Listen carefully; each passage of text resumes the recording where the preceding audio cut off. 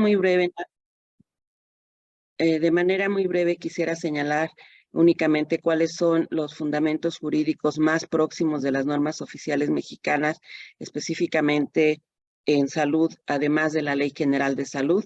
También estaríamos hablando en 1992, de la Ley Federal sobre Metrología y Normalización, que fue sustituida recientemente en el año 2020 por la Ley de Infraestructura de Calidad, que tiene 2 años recientemente y que tal vez muchos de nosotros no la conocemos a fondo, que es mucho más reciente. Y ya entrando propiamente en las definiciones de lo que es una norma oficial mexicana, como ya había yo señalado, existen normas oficiales mexicanas que son estándares para muchas áreas, para muchos temas. Sin embargo, la siguiente, por favor, específicamente la definición que vamos a utilizar o que se utiliza de manera general para lo que es una norma oficial mexicana en materia de salud, es que son regulaciones técnicas, que esto es muy importante de tomar en cuenta, que son de observancia obligatoria, que es otro componente muy relevante, que nos van a servir para establecer características que deben reunir tanto procesos o servicios cuanto estos pueden constituir un riesgo para la seguridad de las personas o dañar la salud humana. Este es un punto muy importante, ya que no todas las actividades que se realizan en la práctica médica requieren de normas. Si esto fuera, estaríamos ante el problema de que todas las enfermedades que se encuentran en la clasificación internacional de enfermedades requerirían normas, y no es ese el caso. Simplemente se tiene que definir cuáles son aquellos padecimientos o problemas de salud pública que requieren de una norma. No todo requiere una norma y esto es muy importante de señalar. La siguiente, por favor.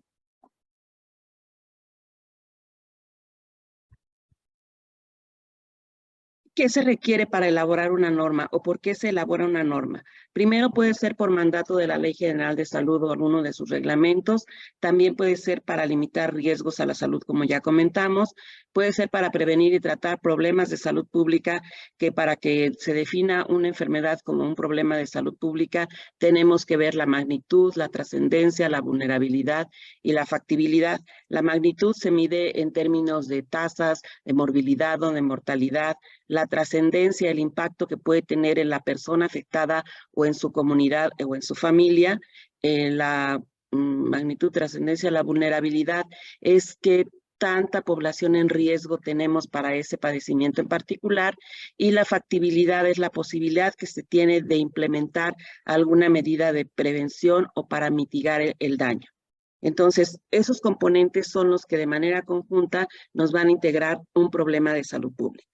Por otra parte, también es importante la elaboración de normas para regular la práctica del personal de salud, que se tengan algunos lineamientos generales que son obligatorios, qué infraestructura se requiere, cuál es el equipamiento mínimo que se requiere también para dar esta atención, para la prestación de servicios en educación, en investigación, en información y en tecnologías de salud.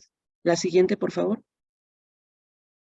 Anteriormente se contaba con 2 comités consultivos nacionales en salud, que son estos dos. Uno estaba a cargo de la Subsecretaría de Prevención y Promoción de la Salud y el otro estaba a cargo de la otra subsecretaría. En diciembre del año pasado, estos 2 comités consultivos se fusionaron en un solo comité y ahora tenemos únicamente el Comité Consultivo Nacional de Normalización de Salud Pública a cargo del doctor Hugo López-Gatell. La siguiente. Este comité consultivo es un órgano colegiado multisectorial donde participan instituciones del sector salud federales, las instituciones del sector salud, el IMSS, el ISSSTE, SEDENA, CEMAR, entre otras. También participan colegios y asociaciones médicas y también instituciones educativas como la UNAM, la UAM, entre otras. Y tienen entre sus atribuciones proponer, elaborar, revisar, aprobar, modificar y cancelar, y aquí subrayo estos 3 términos porque vamos a estar mencionándolos a lo largo de esta sesión, y también tienen entre sus objetivos publicar, difundir y promover el cumplimiento de las normas oficiales mexicanas de manera enunciativa, más no limitativa, en materia de salud, en salud pública, atención médica y asistencia social. Y estos son los componentes muy importantes. No solo van enfocados hacia la atención médica, sino también en términos de salud pública, medidas de salud pública que más adelante les pondré algunos ejemplos particulares. La siguiente, por favor. De manera general, el procedimiento lo podemos resumir de una manera muy simple en estos 3 pasos, que las normas en materia de salud son elaboradas y aprobadas por el Comité Consultivo Nacional de Normalización de Salud Pública, son expedidas o publicadas en el Diario Oficial de la Federación y entran en vigor al día siguiente de su publicación. Estos 3 pasos parecen muy simples, sin embargo, el procedimiento desde que se define un tema para elaborar una norma hasta que se publica pueden pasar meses e incluso años. Y en la elaboración, en todo este procedimiento, intervienen grupos de trabajo y les puedo decir que pueden ser decenas de grupos de trabajo que se reúnen muchas veces tanto de manera en grupos reducidos como en grupos donde se discuten en general los trabajos de esos grupos reducidos y además se ponen a consulta de la población en general y se pueden recibir comentarios que van a nutrir estos proyectos de norma y que posteriormente finalmente van a derivar en una norma. La siguiente. Es muy importante señalar que en todo este procedimiento existen etapas de trabajo para la elaboración de una norma de manera muy general. Los 3 pasos fundamentales es la elaboración de un anteproyecto una vez que se tiene definido el tema, después la elaboración de un proyecto y la atención de comentarios. Y cada una de estas 3 etapas tiene subetapas que ustedes pueden ir viendo aquí en esta lámina, en donde intervienen diferentes actores desde que tenemos la conformación de grupos de trabajo, la elaboración de los grupos de trabajo, el envío a la oficina del abogado general, donde intervienen no solo personas desde el punto de vista técnico, sino también desde el punto de vista jurídico.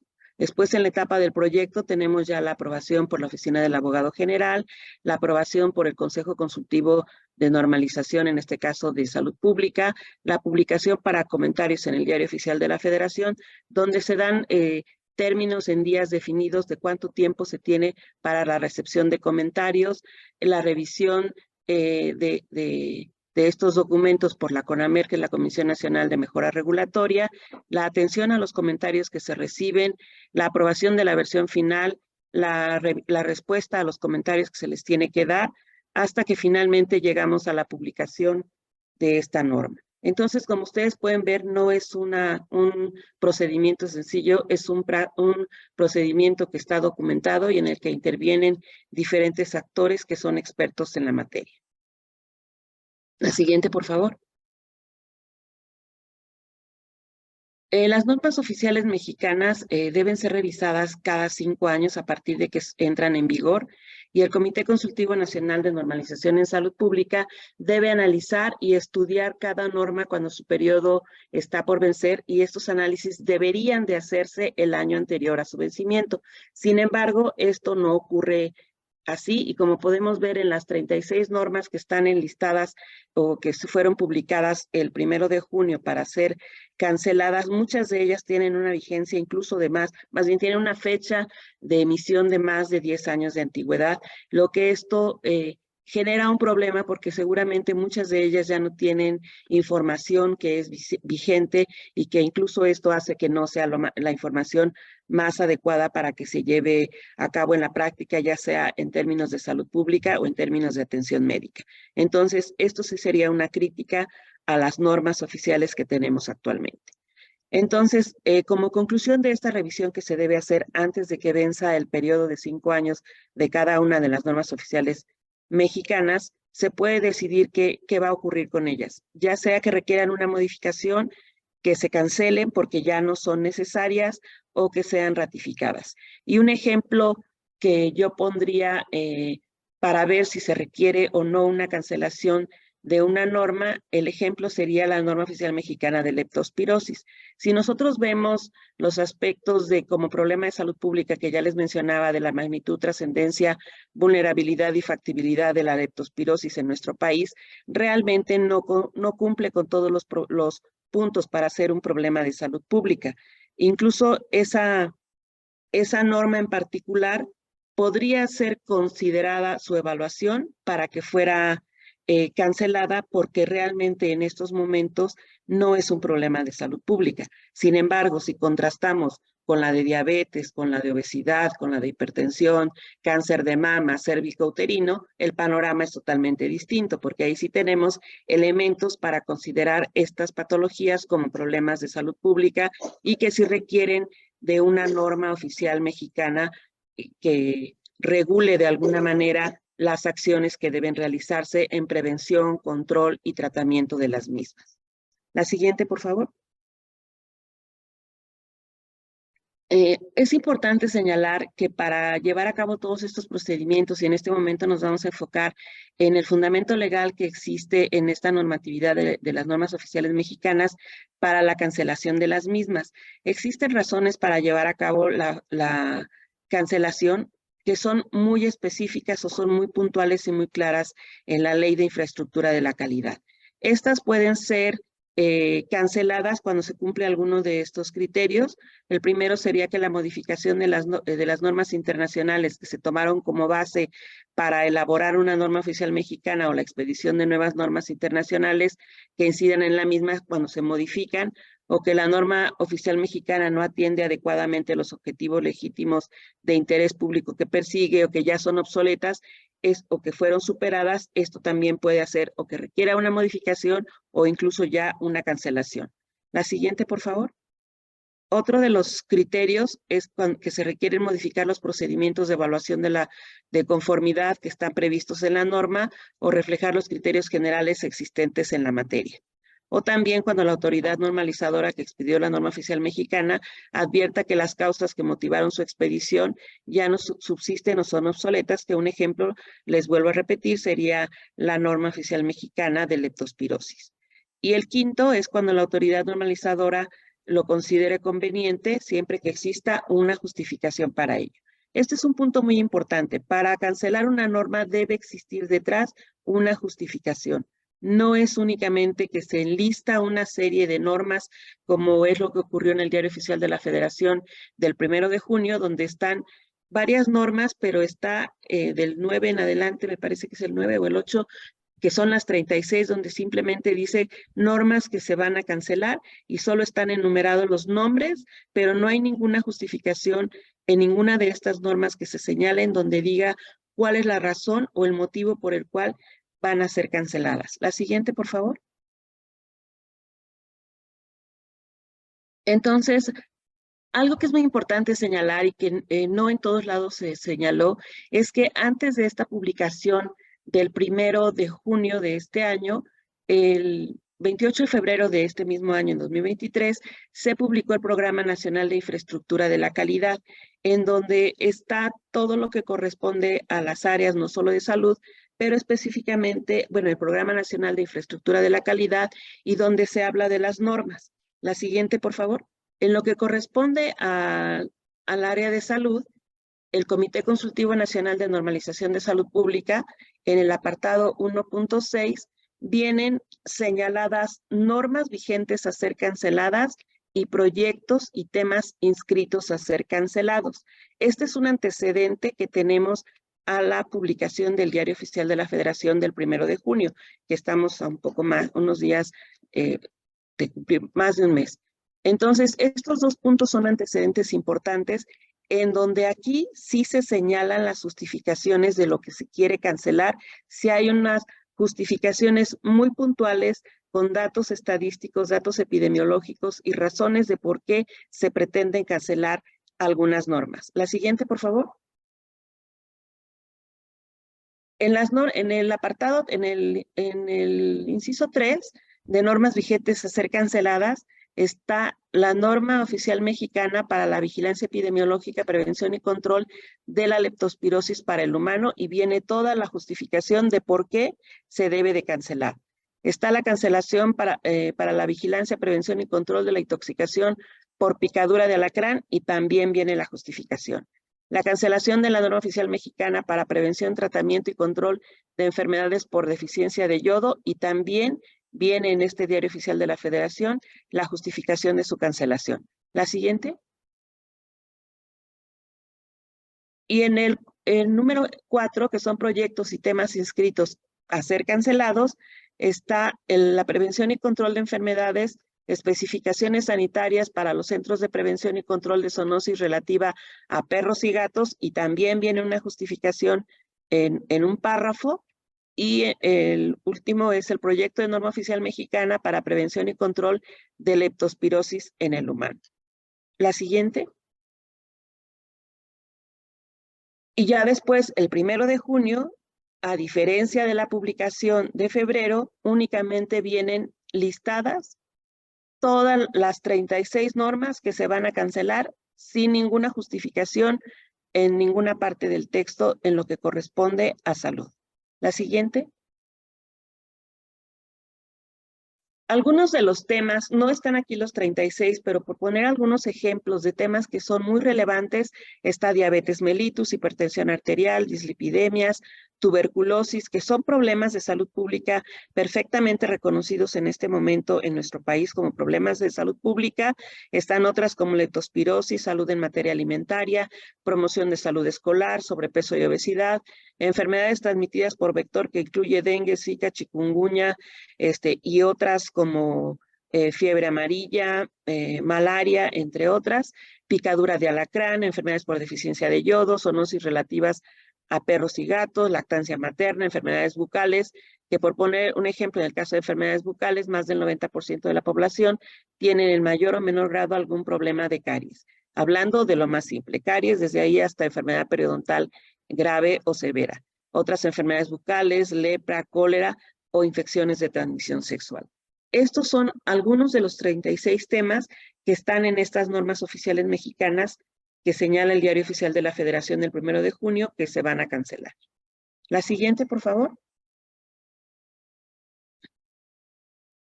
Ante esta situación, después de la publicación del 1 de junio del Diario Oficial de la Federación, rápidamente tanto médicos, asociaciones médicas, y en particular pongo este documento de Federaciones, Asociaciones y Colegios Médicos de México, donde 60 asociaciones de este tipo hacen una carta al presidente de la República donde manifiestan de alguna manera la preocupación por la cancelación de las normas oficiales mexicanas respecto a la publicación que salió el 1 de junio de este año en el suplemento del Programa Nacional de Infraestructura, recordando que en febrero se había publicado el Programa Nacional y en este suplemento ya se amplía toda la lista a las 7 que ya habíamos mencionado, pero que esas 7 sí venían con una justificación y esas 36 no tienen una justificación, en donde es importante retomar que cuando vimos la parte de qué se requiere para la cancelación de una norma, se señalaba que dentro de los requisitos debe haber una justificación de por qué se va a cancelar, modificar o si se le va a hacer algo a una norma, debe haber una justificación muy clara. La siguiente, por favor.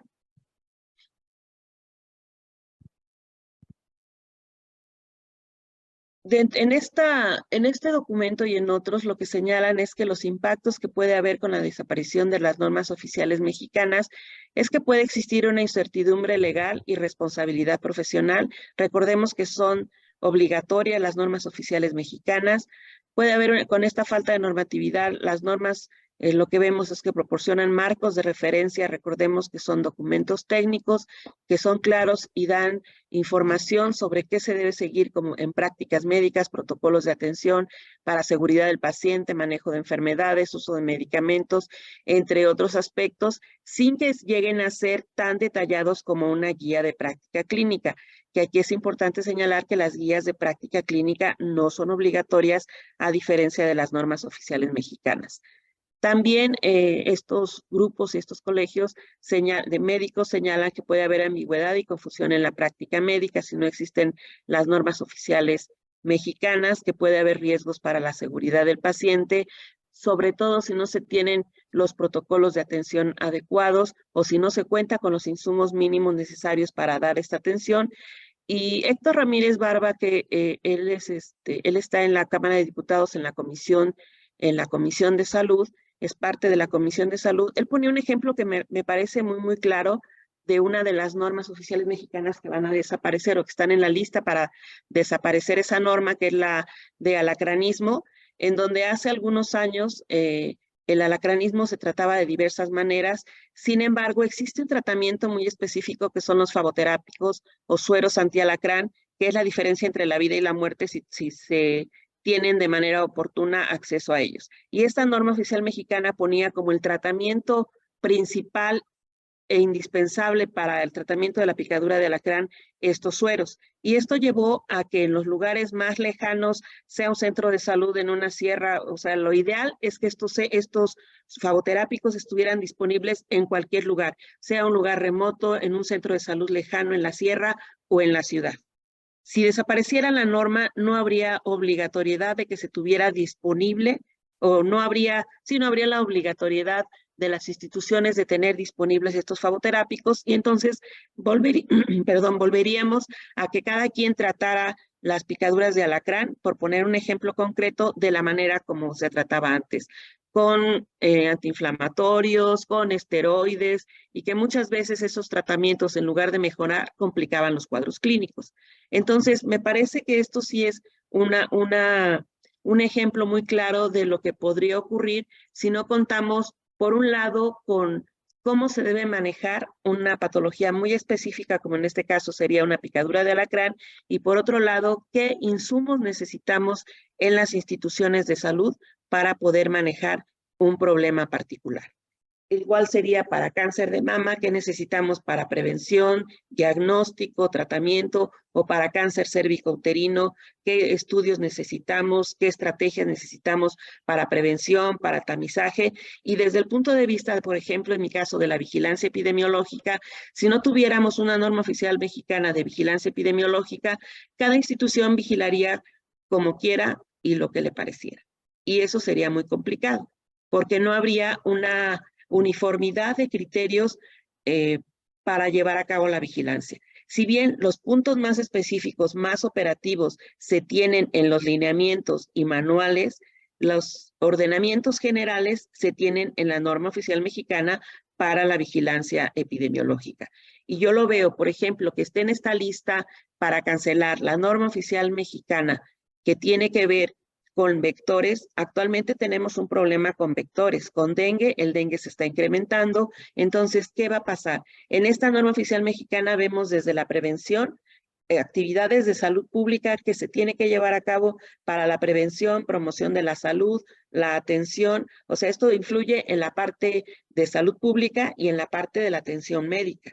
Entonces, esto nos da una idea de la importancia que tienen no solo en la atención médica, sino también en términos de salud pública, la existencia de las normas oficiales mexicanas.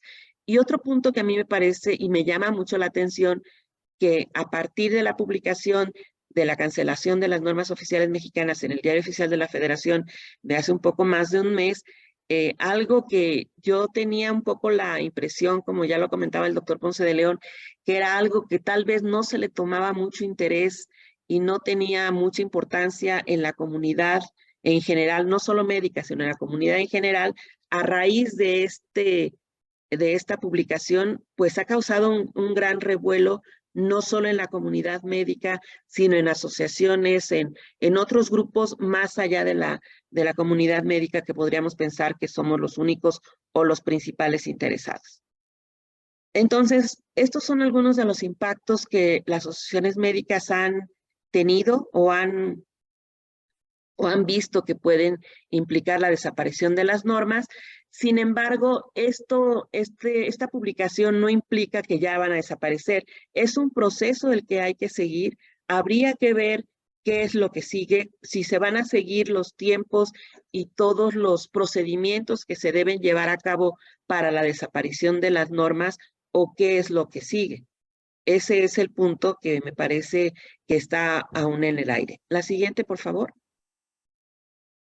Y en las consideraciones finales retomo de varios sitios algunas ideas en reuniones que me ha tocado estar en la UNAM, en la Facultad de Odontología, en la Asociación Dental Mexicana, en la Sociedad Mexicana de Salud Pública, donde también se reunieron salubristas y médicos para ver cuál era la situación de las normas oficiales mexicanas, en otros foros académicos donde también se ha discutido la situación de las normas oficiales mexicanas, y en algunos artículos, y hay un un documento de la Cámara de Diputados que, si me permiten, les voy a compartir, donde el diputado Héctor Ramírez Barba, él hace una serie de acotaciones de qué es lo que viene desde el punto de vista, desde su punto de vista y desde la Comisión de Salud, qué es lo que viene, qué es lo que se sugiere que haga, que se haga y cuál puede ser el impacto.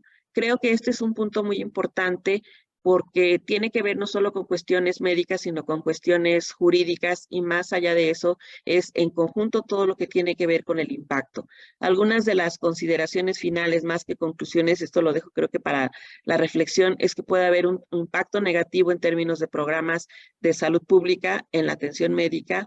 También los pacientes, en algún momento, este es un punto que se ha manejado mucho, qué tanto los pacientes no podrían exigir el cumplimiento de derechos, y esto de alguna manera algún exfuncionario de CONAMED mencionaba qué tanto quedarían desprotegidos los pacientes al no recibir la atención mínima necesaria para alguna patología en particular, por ejemplo, en cáncer de mama, que una mujer no recibiera el diagnóstico, no tuviera acceso a una mastografía y esto no estuviera en una norma. ¿La institución tendría o no tendría la obligación de darle el auxiliar diagnóstico para que ella fuera diagnosticada y tratada de manera oportuna? También la cancelación de las normas implicaría que algunas autoridades no pudieran exigir el cumplimiento de estos parámetros porque ya no existiría la obligatoriedad. Y por último, la falta de normas también va a dificultar los procesos de inspección y en su caso sanciones al no existir una obligatoriedad. Pero todo esto al final va a tener repercusión en la salud de las personas, en la salud de los pacientes a nivel poblacional y a nivel individual.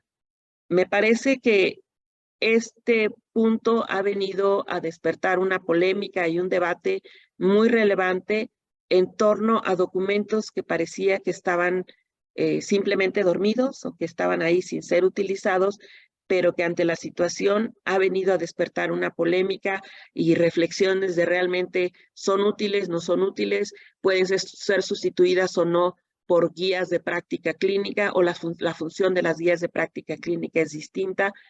Pero creo que lo importante de esto es traerlas a la mesa de discusión, ver realmente y evaluar nuevamente qué se requiere, qué no se requiere. Y un punto muy importante es señalar que no toda la práctica clínica ni todas las enfermedades requieren de una norma oficial mexicana, y eso es fundamental. Y si tenemos una lista de 1000, por decir un número grande, a lo mejor solo necesitamos 10, y replantear muy bien cuáles sí necesitamos, cuáles sí deben cancelarse y cuáles es urgente que sean actualizadas. Un ejemplo también en otro foro en la Academia Nacional de Medicina, el doctor Carlos Aguilar, uno de los expertos más notables en México en diabetes, él mencionaba que nuestra norma oficial mexicana está muy obsoleta. La manera como se trata actualmente la diabetes mellitus ha avanzado muchísimo y nuestra norma ya es obsoleta.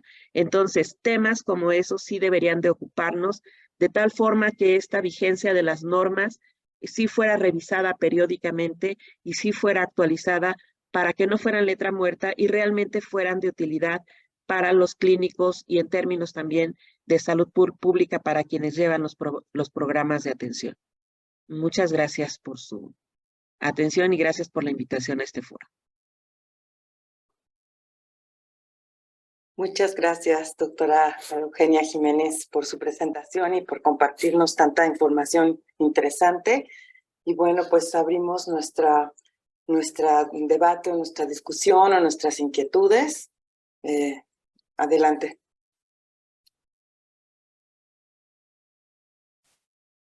Si alguien tiene una pregunta, levanta su mano, por favor, con el icono o...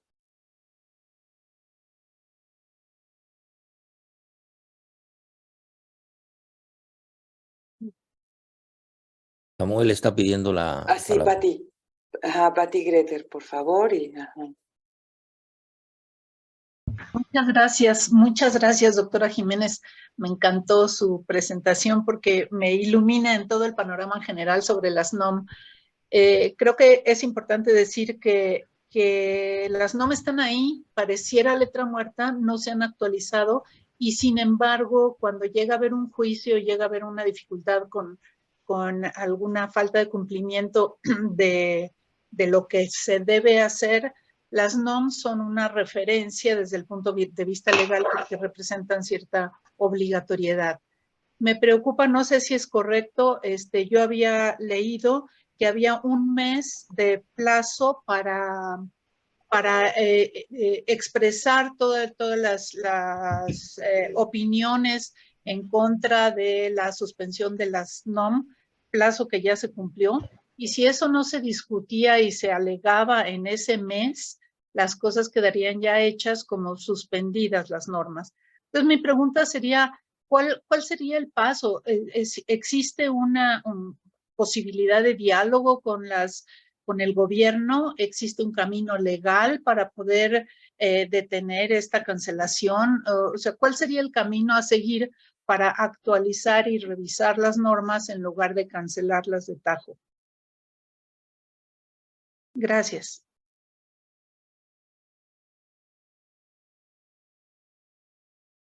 No sé si se juntan las preguntas y se van contestando o cuál sería. En general se hace directo el diálogo. Sí, como usted guste, o si quiere que los demás hagan sus preguntas, no sé, como guste, doctora. Sí, yo estuve revisando justo ese tema en toda la cuestión de la normatividad, pero en teoría, hasta donde yo puedo ver en términos legales, yo soy médico, no soy abogado, pero hasta donde yo pude ver, debe pasar por todo un procedimiento por el Comité de Normalización, no solo por el presidente. No sé si eso sea correcto, sí pediría apoyo a alguno de los abogados, al doctor José Ramón Cosío, que tiene la mano levantada, que creo que sí es un punto muy importante y es una preocupación que yo tenía el primero, justo en la preparación de esta conferencia. El 1 de julio yo estaba pensando, yo estuve buscando si había algo específico ese día donde dijera, ya pasó el plazo del mes que todo el mundo mencionó, pero yo lo encontré concreto. Sí, José Ramón. Primero que nada, muchas gracias. Ha sido una explicación, doctora Jiménez Corona, muy buena, muy precisa. Le agradezco yo y le felicito. Segundo, en cuanto al plazo, ahí hay una discusión que tenemos los abogados sobre el plazo. Es la discusión si aplica el artículo 41 o 42. Yo creo, pero esta es una opinión personal, que aplique el artículo 42 de la Ley de Infraestructura de la Calidad, porque dice, la comisión podrá ordenar a las autoridades normalizadoras la cancelación de la norma sin sujetarse a lo previsto en el artículo 41 anterior, cuando se cumpla alguno de los requisitos. Y aquí es cuando la informe que contenga el resultado que se haya realizado a una norma oficial proponga su cancelación. Entonces, yo creo que existe la posibilidad, desde luego, que la autoridad normalizadora la declare ya cancelada, y si no se produce el resultado por la autoridad normalizadora, se produce o se podría generar la orden directa por la comisión. Pero insisto, esto es una interpretación. Ahora, el punto que a mí me parece central de su exposición creo que es el siguiente, y usted lo dijo muy bien. Primero, cuando se crearon las normas oficiales en la vieja ley de metrología y normalización, esto fue una derivación del Tratado de Libre Comercio. Esta nueva ley de infraestructura y la calidad es una derivación de la ley del Tratado Comercial de América del Norte, del TEMEC, lo cual indica que no son legislaciones que se estén generando desde México o no se puedan generar o modificar solo por determinación de las autoridades, sino que está involucrado, déjenme decirlo así, un ámbito mucho más complejo que la pura determinación nacional. Esa es mi impresión. Segundo, como lo decía usted, doctora, aquí el tema es, el tema no es si debe haber o no NOMS. Eso es obvio que va a haber NOMS y que las NOMS van a estar ahí. El tema es, y que las NOMS son obligatorias, y que las NOMS se refieren a bienes y se refieren a servicios, y que tienen su procedimiento. Eso me parece que eso es obvio. El tema central es qué cosas de la práctica médica, que es la que nos interesa ahora, deben estar o no deben estar en NOMS. Primer problema. Segundo problema, ¿qué tan atenta está la profesión médica a estos temas. Yo contaba en otra reunión que cuando el doctor Graue tomó la presidencia de la Academia Nacional de Medicina, generó un comité que me invitó a dirigir, que se llamaba Comité Normativo, no me acuerdo el nombre, y designó a 2 médicos, él los designó, que eran el doctor Varela y el doctor Valenzuela, Carlos Varela y Fermín Valenzuela. Trabajamos mucho en las NOMS que tenían que ver con cáncer de próstata con el doctor Gabilondo, y trabajamos mucho precisamente con el doctor Aguilar en diabetes y obesidad. Y la verdad es que, bueno, ya ha pasado el tiempo, pero a mí me parece que quedaron unas NOMS muy correctas, porque recuerdo, en mi mal conocimiento médico, pero recuerdo estas intervenciones, que por ejemplo el doctor Gabilondo justamente decía que no había unos buenos marcadores, que la norma era indebida, etcétera, etcétera, etcétera. Entonces, creo que aquí la discusión, insisto, no es si debe haber o no NOMS, eso es una obviedad, que va a haber NOMS. El problema primero es qué cosas deben quedar en NOMS y qué cosas deben quedar en otras normas que no son NOMS, y qué cosas deben ser por estar en NOMS obligatorias y cuáles no deben estar en NOMS. Otra cosa que yo decía para animar un poco esta conversación es lo siguiente. Cuando yo llegué a la Corte en el año 2013, no había asuntos médicos en la primera sala, que es la que lleva asuntos civiles y penales. Cuando yo salí de la Corte en el 18, casi había 5 asuntos en promedio de asuntos médicos solo en la primera sala de la Suprema Corte. Esto, para bien y para mal, porque tiene los dos lados, lo que significa es que la profesión médica, la actividad médica o en general la actividad sanitaria del país es una actividad que ya se volvió litigiosa. Y algo que yo me sentía que ayudaba a la profesión médica y a los pacientes conjuntamente era precisamente el que las NOMS determinaban cuáles eran los elementos de responsabilidad. El criterio con el que salió eso fueron cirugías estéticas, primer asunto, pero eso tuvo también que ver con certificaciones, y uno de cirugía bariátrica. A una persona se le hizo una cirugía bariátrica, salió muy mal la cirugía por diversos motivos, y el médico dijo, yo no apliqué la NOM porque la NOM no está bien hecha, y salió fatal aquello. Entonces, la respuesta fue, usted tiene posibilidades, desde luego, de aplicar Lex Artis, todas estas historias, y que son muy importantes, pero no de apartarse la norma. La pregunta entonces era, ¿debiéramos quitar las NOMS y por ende dejar todo el tema abierto? ¿Debiéramos quitar ciertos procedimientos de las NOMS y mandarlos a las guías?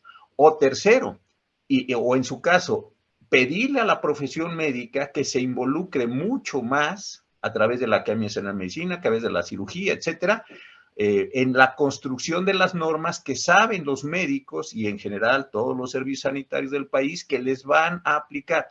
Creo que esta era una discusión para mí importantísima y por eso era mi preocupación de llevar este tema a la Academia Nacional de Medicina. Un último tema que no sé si ustedes conocen, pero en el Diario Oficial de la Federación, de apenas ahora el 30 de junio, el 23, lo tengo en pantalla, véanlo ustedes, se publicó el acuerdo por el que se establece la obligatoriedad para las dependencias y entidades de la administración pública, tanto federal como local, que presten servicios de salud, aquí viene lo importante, de homologar el contenido de las guías de práctica clínica o equivalentes, contenidos de las guías de práctica clínica o equivalentes, con los protocolos de atención médica que emite el Consejo de Salubridad General.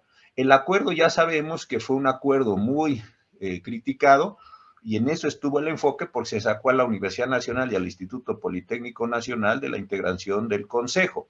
Se introdujo a las Secretarías de Defensa y Marina. Y en la parte que es interesante para esta discusión, dice que el presente acuerdo tiene por objeto establecer la obligatoriedad para las dependencias y entidades de la administración, tanto federal como local, que presten servicios de salud, de homologar el contenido de sus guías de práctica clínico equivalente con los protocolos que emita el Consejo.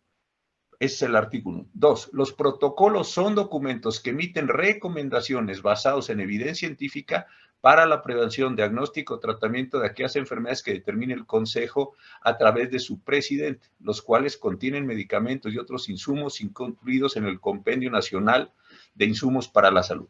¿Por qué traigo esto a cuento? Porque ya la discusión, desde mi punto de vista, no es solo el de las NOMs como tales, no es solo el contenido que deben tener las NOMs, no es solo lo que las NOMs no deben tener para transferirlos a otros ordenamientos, como pueden ser las guías, sino es la condición que van a tener las guías con motivo de las determinaciones, de los protocolos que emite el Consejo. Sí, creo que es una discusión que ya no es qué está en la NOM y qué no está en la NOM, que esa es la discusión que estábamos teniendo originariamente, sino es una discusión mucho más amplia, mucho más compleja. Y creo que lo decía muy bien la doctora Jiménez Corona, desde el momento en el que salió esta discusión, que nadie se dio cuenta yo coincido con ella, nadie se dio cuenta del programa, sino que salió en febrero, sino hasta el suplemento que salió en junio, por razones ideológicas, por la personalidad del doctor López-Gatell, por la crisis del sistema de salud, por lo que sea, la gente se dio cuenta que ahí están las NOMs, que ahí están las guías y que hay que articular todo esto a nivel de la práctica. Termino con esto. Yo puedo entender lo que decía el otro día Patricio, lo que sea Samuel, que son realmente cosas muy, muy serias, qué debe estar, qué no debe estar, etcétera. Lo que sí no creo es que podamos obviar la discusión, y ninguno de ellos lo dijo, esas son palabras mías, sobre las NOMs como estructura jurídica, sobre lo que debe estar dentro, sobre lo que debe estar fuera, sobre lo que se transfiere a las guías, sobre lo que va a quedar en los protocolos que va a emitir el Consejo de Salubridad, y muy importante sobre la definición de las responsabilidades. Y ahí sí me parece que la profesión médica en general y este colegio de bioética sí tiene que hacer un esfuerzo para ver cómo incrementa, participa, etcétera. Porque si las NOM se van a quedar, y mi impresión es que se van a quedar en muchos aspectos, no solo en estos cancelados, y que va a haber una discusión pública, creo que entonces la pregunta es cómo intervenimos en estos procesos inteligentemente y no a través de una negación de algo que de suyo me parece va a quedar. Perdón que tomé unos minutos, pero como es una conversación abierta, quería hacer esto y nuevamente felicitar a la doctora que estuvo muy interesante su explicación. Muchas gracias. Gracias, doctora. No sé si quiere comentar algo respecto a lo que dijo el doctor José Ramón o le damos la palabra al doctor Patricio Satellán. No, me parece que complementa muy bien y aclara algunas de las cosas que yo mencioné. Yo no vi este documento del 30 de junio, pero me parece que sí es muy importante y de nuevo, creo que a veces con ejemplos queda todo muy claro. Traigo una norma que no, bueno, que es muy, muy relevante y que en términos de obligatoriedad es fundamental y que quitarlo de normas o desaparecer normas me parecería gravísimo. La norma oficial mexicana del expediente clínico. Si no existiera esa norma que es clarísima y que sirve en un momento dado para documentar el acto médico en términos legales, en términos médicos, y que finalmente ahí es donde va a servir para ver si hubo una buena práctica clínica o una buena o mala práctica clínica, si no existiera una normatividad, seguramente muchos clínicos no harían expedientes, porque, y yo lo vivo en mi instituto, y hay muchos clínicos muy buenos que no les gusta la parte documental porque lo consideran burocracia. Sin embargo, es tan importante que es el documento que nos sirve para dar cuenta de todos los procedimientos, evolución del paciente, y que al final, si no existe un buen expediente clínico, no hay ninguna evidencia de cómo se manejó un paciente. Y eso hablando del expediente clínico en general.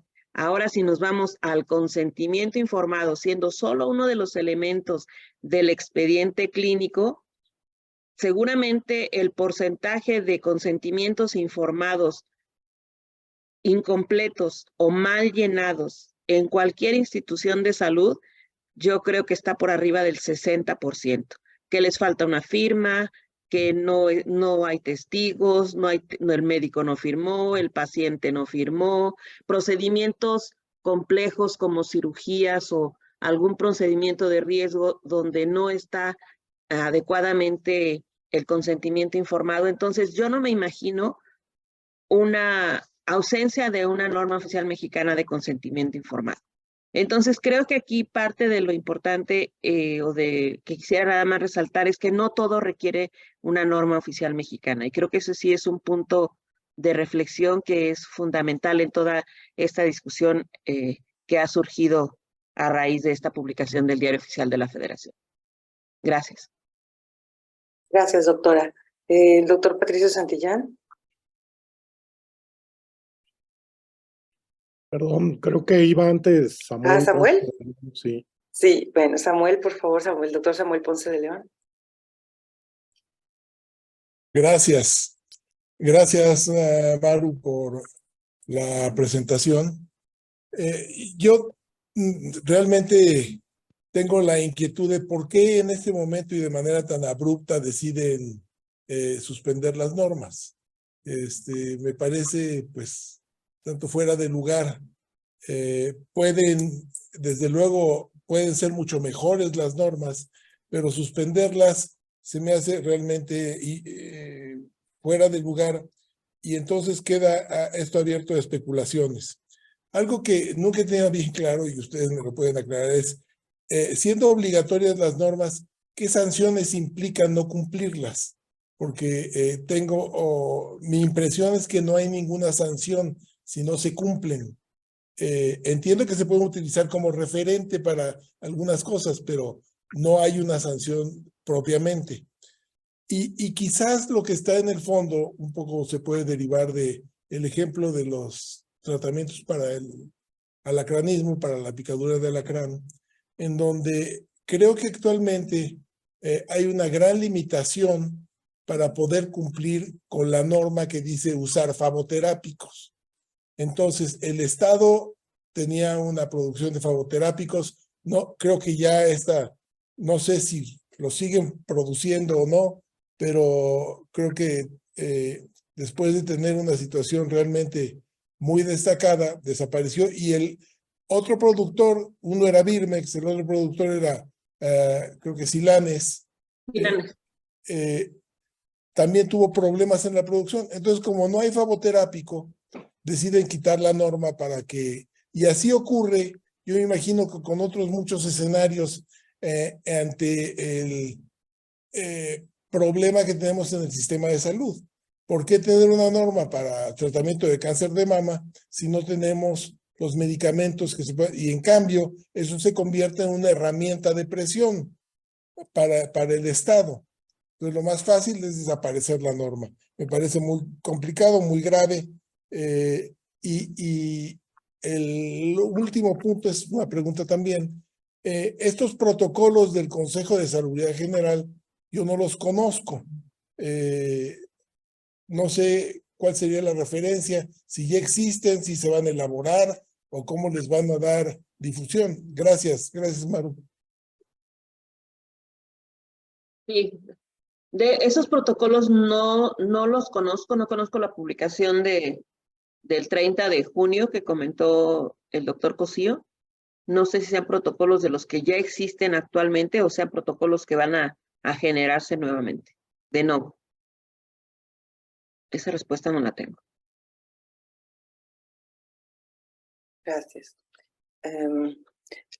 Patricio, ¿o alguien de los presentes puede responder? O Patricio, seguimos con la pregunta de... Una de mis principales preocupaciones, y muchas gracias, doctora Jiménez, por la excelente revisión. Y yo entiendo totalmente todo el discurso de defensa de la presencia de una estructura que se llama norma oficial mexicana en nuestro país. Que de hecho llama la atención que si uno ve el CIE-10, la cantidad de diagnósticos que hay ahí, pues no nos acabaríamos el tiempo en realizar normas oficiales mexicanas para cada entrada de la numerología del CIE-10. Hay normas porque representan una problemática especial, y mi principal preocupación tiene que ver con la dinámica de la transferencia de conocimiento que debe de existir en la práctica médica. Y me parece que las normas oficiales mexicanas como tal, su misma estructura las vuelve muy rígidas y muy poco dinámicas para ser favorecidas por esta dinámica de transmisión de conocimiento que la práctica médica moderna requiere. Y eso creo que lo dejó extraordinariamente bien ejemplificado Carlos Aguilar en su presentación en la Academia Nacional de Medicina hace una semana.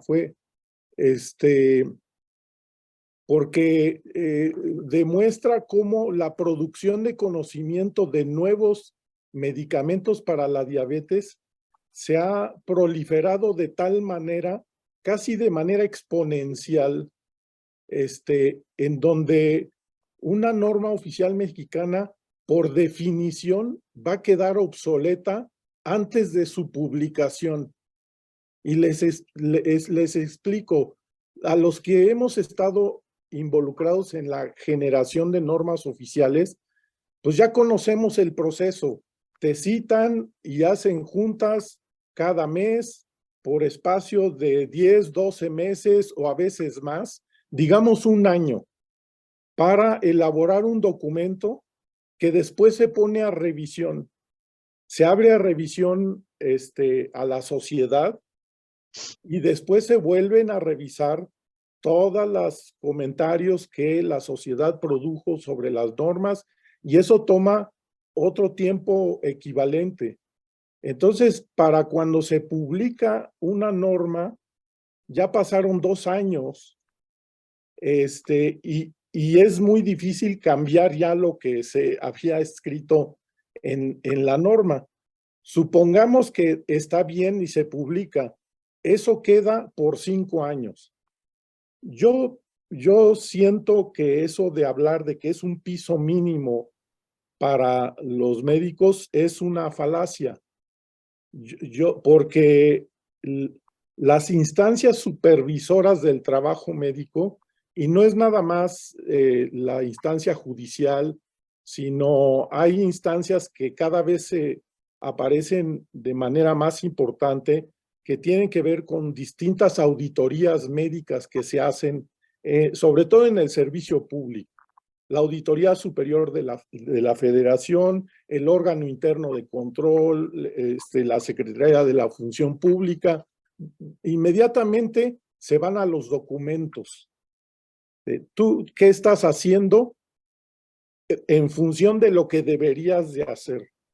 Y cuando existe una norma, les vale gorro el New England y el Lancet y el Nature, la guía de práctica clínica, la investigación científica les viene absolutamente guangos.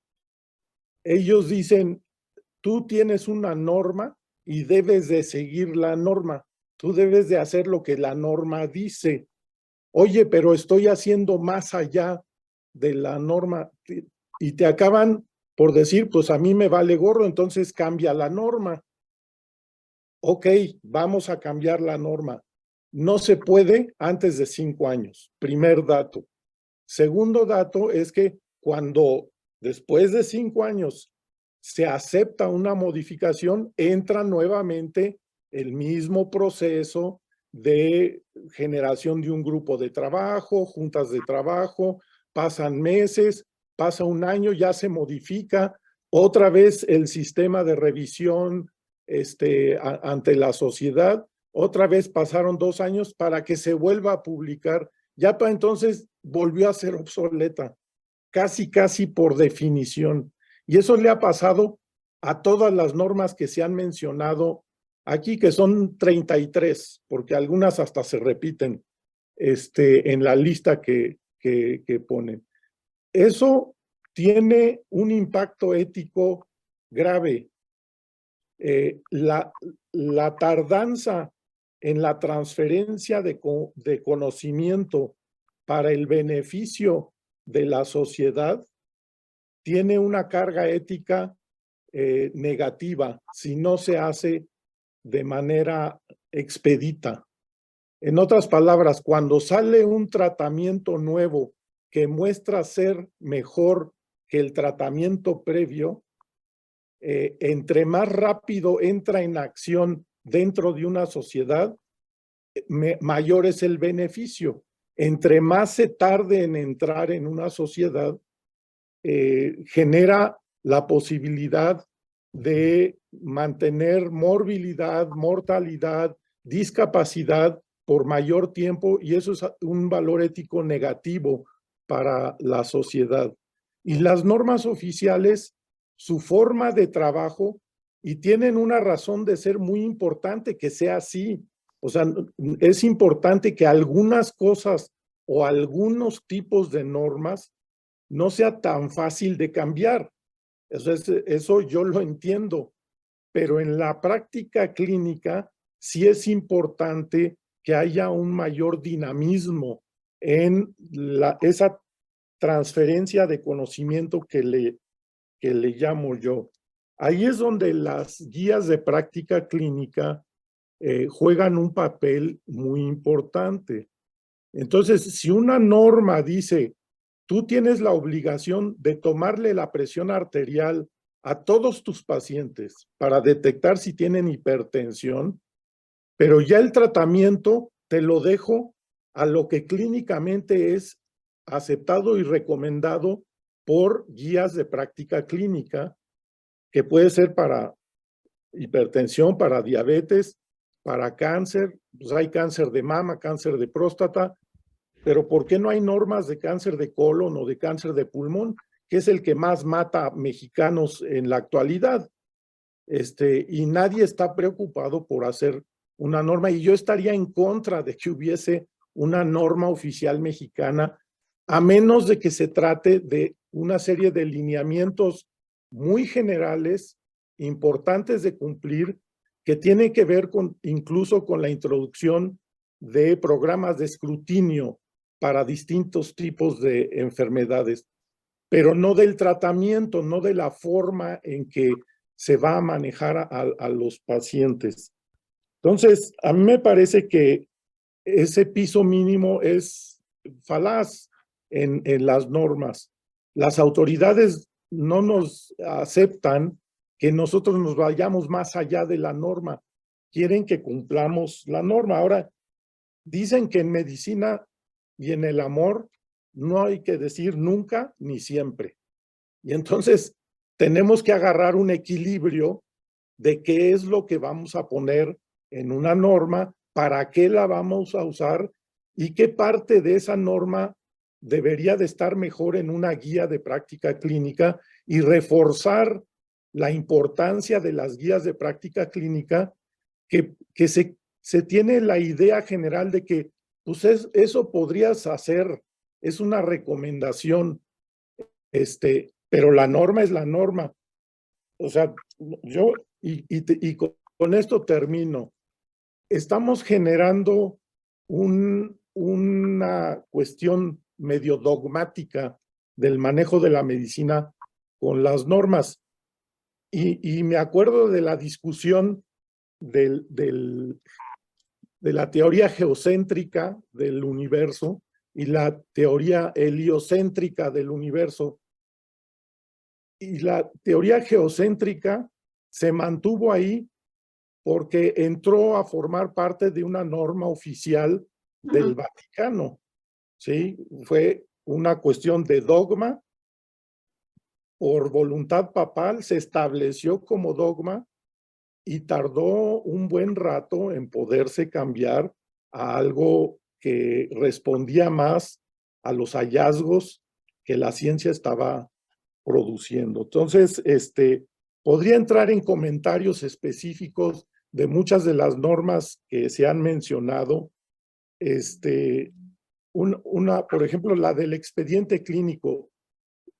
El expediente clínico no puede desaparecer, pero la norma oficial mexicana no habla del expediente electrónico, y ahorita es lo que está rifando en todos los hospitales.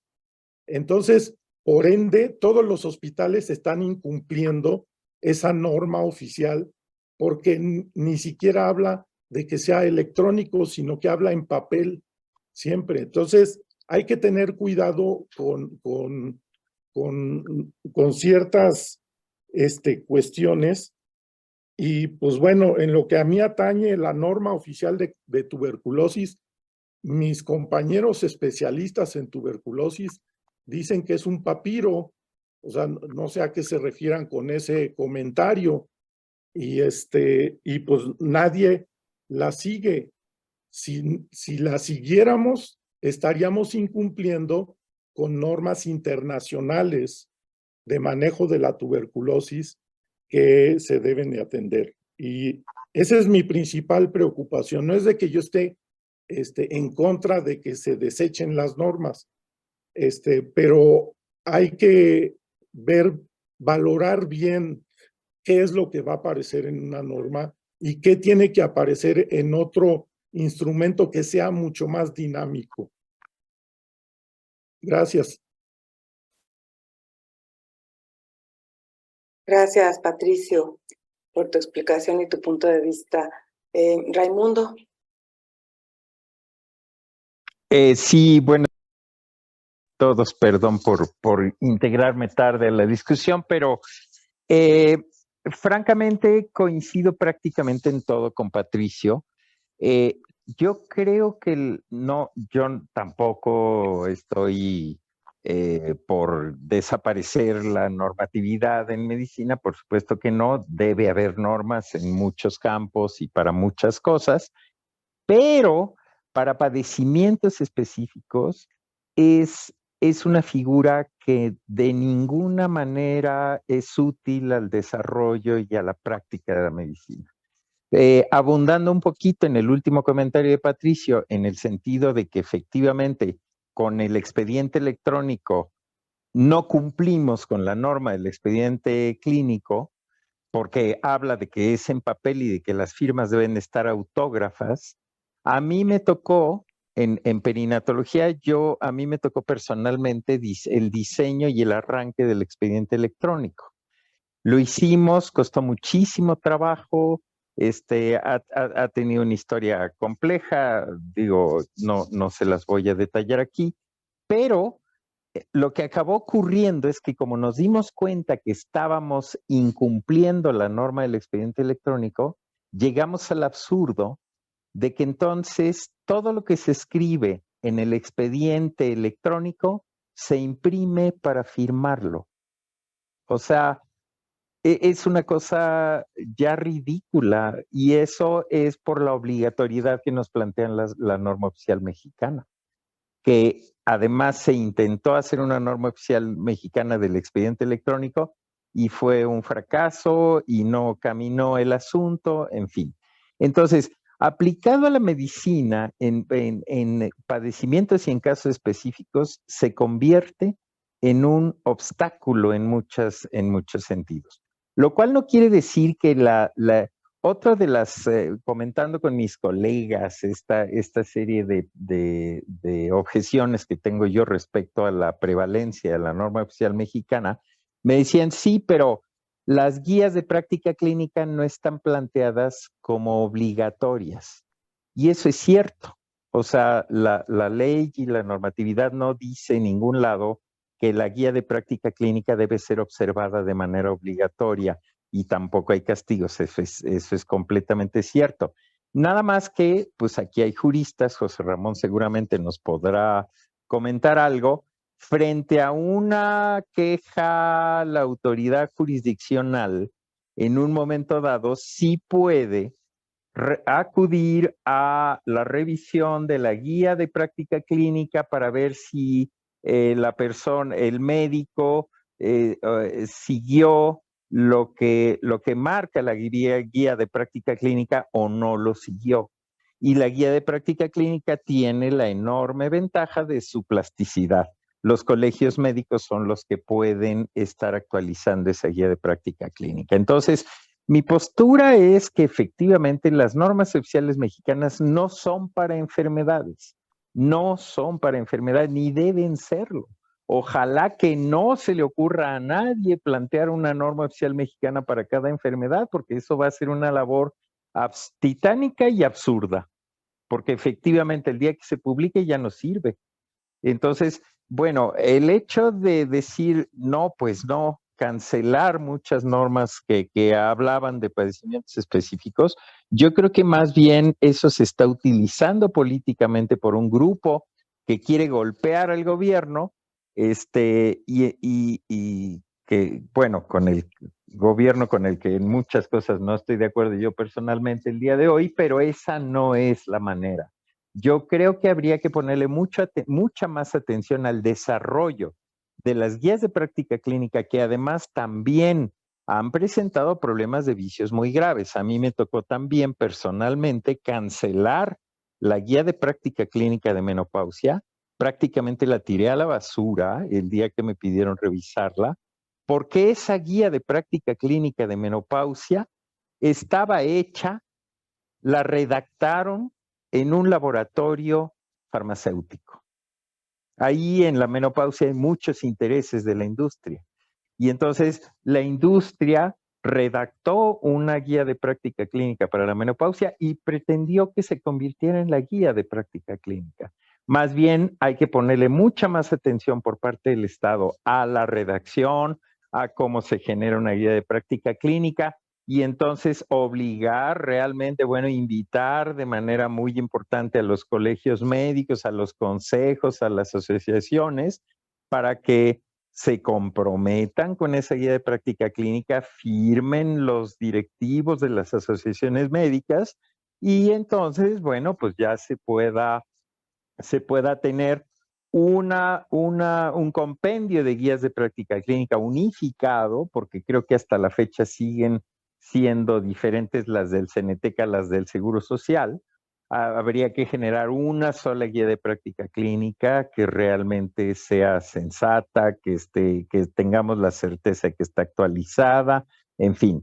Entonces, sí deben existir normas oficiales mexicanas para cosas muy generales, pero de ninguna manera para padecimientos específicos. Eso es mi comentario. Muchas gracias, Ray. No sé si tiene la palabra José Ramón o Samuel, quien levantó primero la mano. Sí, Samuel primero. Samuel, sí. Gracias. Bueno, yo creo que estamos, por lo menos yo percibo que cierta confusión en términos de normas y guías. Y déjenme poner dos ejemplos. Hablando de diabetes, yo creo que la norma tendría que establecer los mínimos para manejar correctamente a un paciente diabético. Esto es, tiene que mantenerse en control, tiene que tener una determinada hemoglobina glucosilada. Ya, ¿cómo llegas ahí? Sería parte de la guía de atención médica. El mismo caso sería para VIH. Necesitas tener a tu paciente con carga viral suprimida o al mínimo posible y tiene que tener sus linfocitos en estos rangos, que hoy se puede tener con el tratamiento. ¿Cómo llegas ahí? Pues te lo dirá la guía de práctica médica, porque evidentemente no vamos a tener además un instrumento perfecto cuando se habla de los intereses particulares. Bueno, los colegios, cada uno de nosotros tiene una visión y quizás algo que podría denominarse conflicto de intereses para hacer recomendaciones particulares en relación al tratamiento de la diabetes, por ejemplo. Hay actualmente 100 medicamentos para tratar de buscar el mejor control de la diabetes, que van desde la insulina, metformina, a una multitud de nuevos fármacos y biológicos para esto. Y uno podría decir, bueno, lo que, como señalaba Patricio, lo que salió en el New England, pero además evidentemente lo que salió en el New England no lo puedes aplicar en la extensión de la República Mexicana.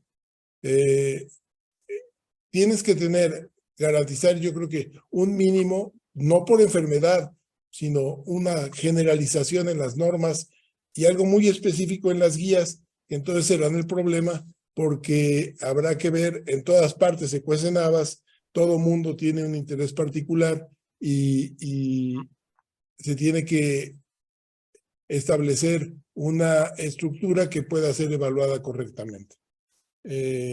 Muchas gracias.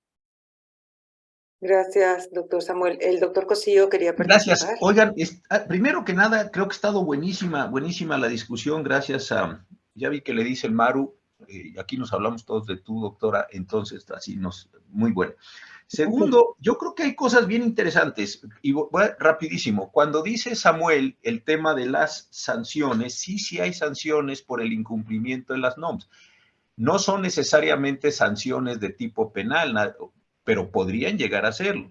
Hasta hoy el criterio que se está aplicando en la sala es, bien o mal, yo en eso tengo también, igual que ustedes, muchos problemas, no vengo a hacer la apología de eso, simplemente a describirlo. El problema es este: si el médico se aparta de la NOM, casi por default se considera que el médico es responsable, y la sanción que se ha estado aplicando hasta ahora son sanciones de carácter civil que consisten en reparaciones del daño, 1, y 2, en el pago de un daño moral. Recuerdo el caso de una persona que le lastimaron algunas extremidades, las extremidades no quedaron funcionando bien, voy a decirlo rápido, y entonces por afectación a su propia imagen se sancionó al médico por esta condición. Primer asunto. Segundo asunto, aquí creo que también estamos viendo solo el tema médico, desde luego es muy importante, pero está todo el tema hospitalario.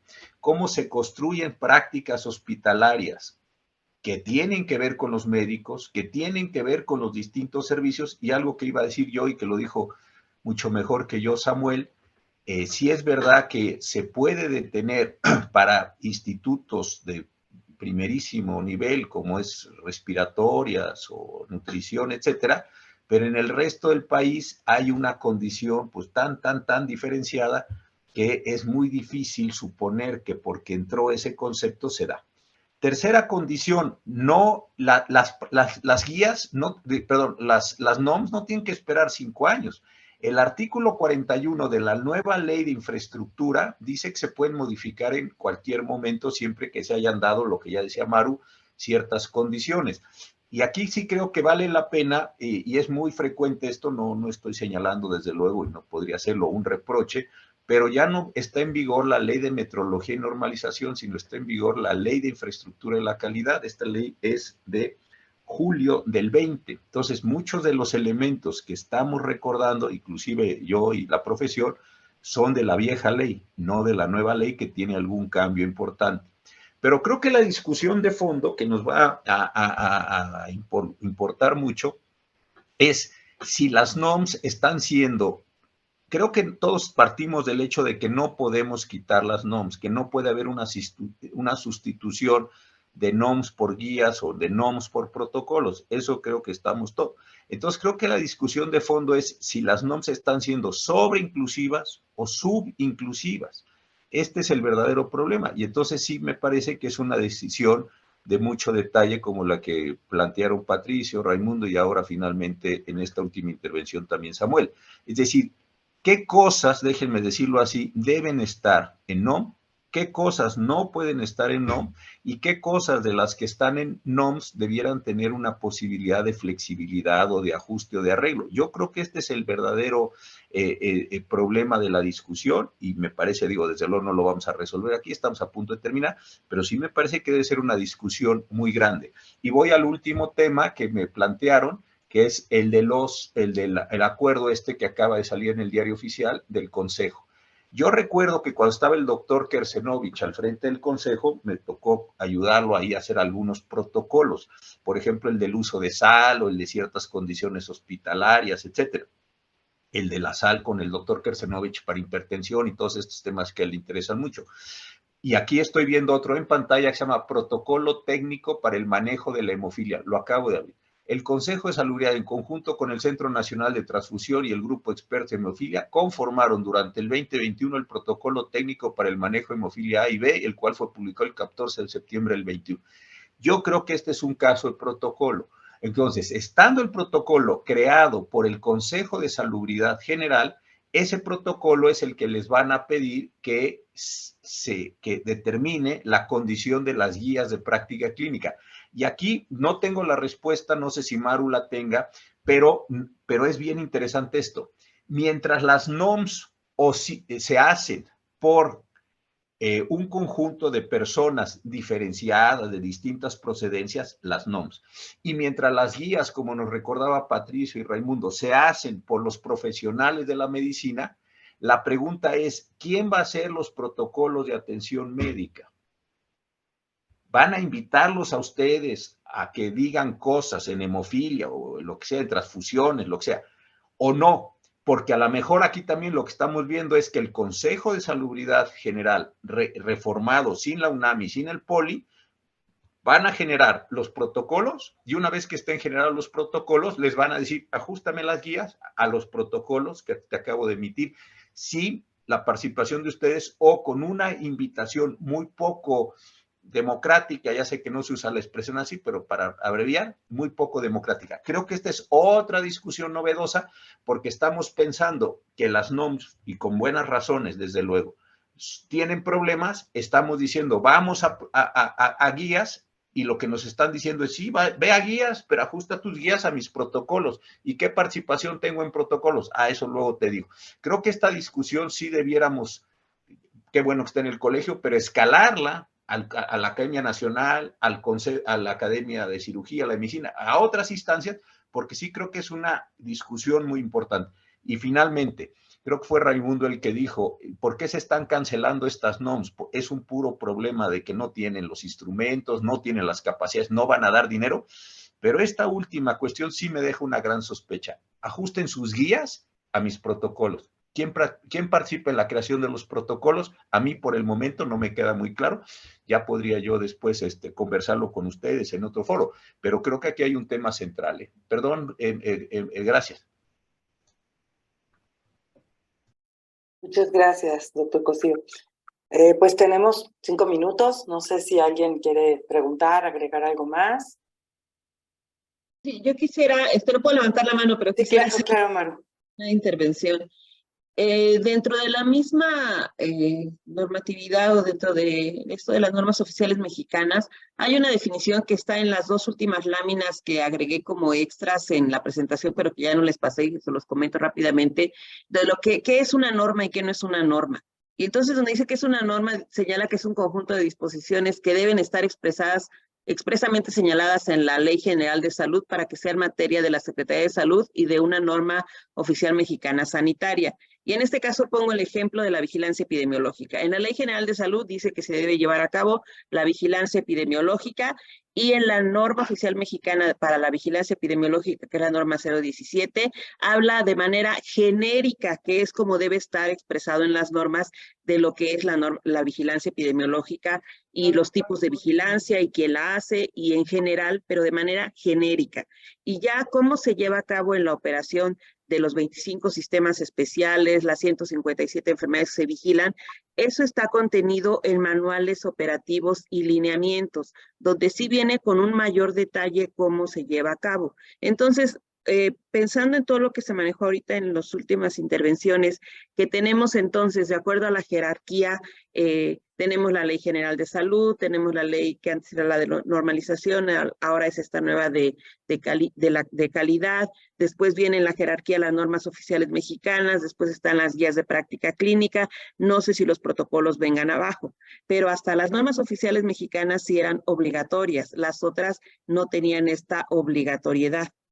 No sé si además de que las guías de práctica y los protocolos van o no, con estos cambios nuevos van a tener o no la obligatoriedad, van a de alguna manera absorber o se pretende que absorban lo que tenían antes las normas oficiales mexicanas o las normas oficiales mexicanas únicamente se van a quedar para aquellos temas que realmente requieran de una norma y evitar aquellas o eliminar aquellas que no se justifiquen en este momento con una norma, como serían el ejemplo que ponía el doctor Patricio de la de tuberculosis, donde está muy atrasada con respecto al conocimiento actual que se tiene de la enfermedad, que tuviera lineamientos genéricos de cómo se hace la prevención, cómo se hace la búsqueda de contactos, cosas generales, pero no cosas tan puntuales del manejo específico clínico de los pacientes, para entonces sí atender lo que dice la definición de que es una norma. Son lineamientos o disposiciones regulatorias genéricas, pero no tan específicos que en un momento dado se pueda culpar a un médico o culpar, no sé, a una institución porque no se lleven a cabo de manera específica y puntual lo que dice la norma. O sea, porque entonces ahí habría otro problema. ¿Qué pasa con la libertad en la práctica clínica? ¿Qué pasa con la posibilidad o las opciones que tienen los médicos para tratar a los pacientes? O sea, ahí vienen otras preguntas que entonces también sería un problema porque no todos los médicos van a tratar con el mismo antihipertensivo, con los mismos antitumorales, o sea, no todo mundo va a utilizar el mismo fármaco para el mismo tratamiento. Entonces, eso es algo que es muy importante, que quede muy claro que la norma oficial mexicana es genérica y las guías de práctica clínica sí son mucho más específicas, y lo que hicimos con lo que hicimos, yo ya no estoy en la Secretaría de Salud, bueno, ya no estoy en epidemiología, pero sigo diciendo, seguimos como Sistema Nacional de Salud. Lo que se hizo con la norma oficial de vigilancia epidemiológica, la 017, es todo lo que se va actualizando. Incluso lo vimos ahora con la pandemia, que se actualizaron varias veces los manuales de vigilancia epidemiológica de COVID, como 4 o 5 veces durante la pandemia, que si nos hubiéramos atenido a una norma oficial mexicana, pues hubiera sido imposible llevar a cabo todo eso. Pero eso se hace en manuales, en guías y en lineamientos, no así en las normas oficiales mexicanas. Ese sería mi comentario. Y luego en la última lámina también dejé ahí algo de lo que no es una norma, y ahí vienen guías de práctica clínica, medicina basada en evidencia y otros documentos técnicos, pero que no constituyen una norma. Muchas gracias. Muchas gracias, doctora Maru Jiménez, y gracias a todos también por pedir esta sesión con nuestra experta. Y hay todavía muchas dudas y yo creo que muchas cosas que nos abre esta discusión, pero pues ya por tiempo no vamos a poder continuar. Entonces agradecemos de nuevo a nuestra ponente invitada y también la presencia de todos ustedes, y que tengan unas buenas vacaciones. Muchas gracias. Hasta luego. Adiós, hasta luego. Gracias, muchas gracias. Buen día a todos. Buen día. Bye. Hasta luego a todos. Bye. Hasta luego.